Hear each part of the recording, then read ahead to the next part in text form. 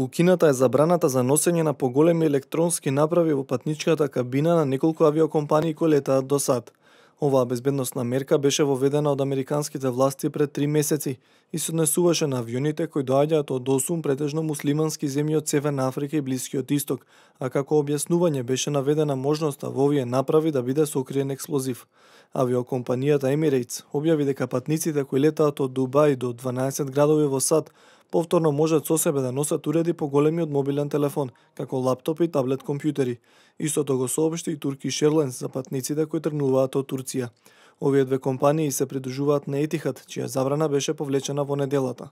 Овој чекор се должи на имплементирање на нови безбедносни мерки кои треба да гарантираат дека во поголемите електронски уреди нема скриено бомба.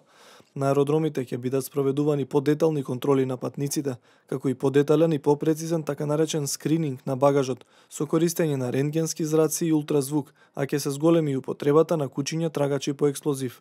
Забраната која САД ја воведе во март не дозволуваше патниците од Турција, Мароко, Јордан, Египет, Катар, Саудиска Арабија, Кувајт и Обединетите арапски емирати со себе да носат електронски уреди поголеми од мобилен телефон. Кратко потоа слична мерка започна да спроведува и Велика Британија за летовите од Турција, Либан, Јордан, Египет, Тунис и Саудиска Арабија.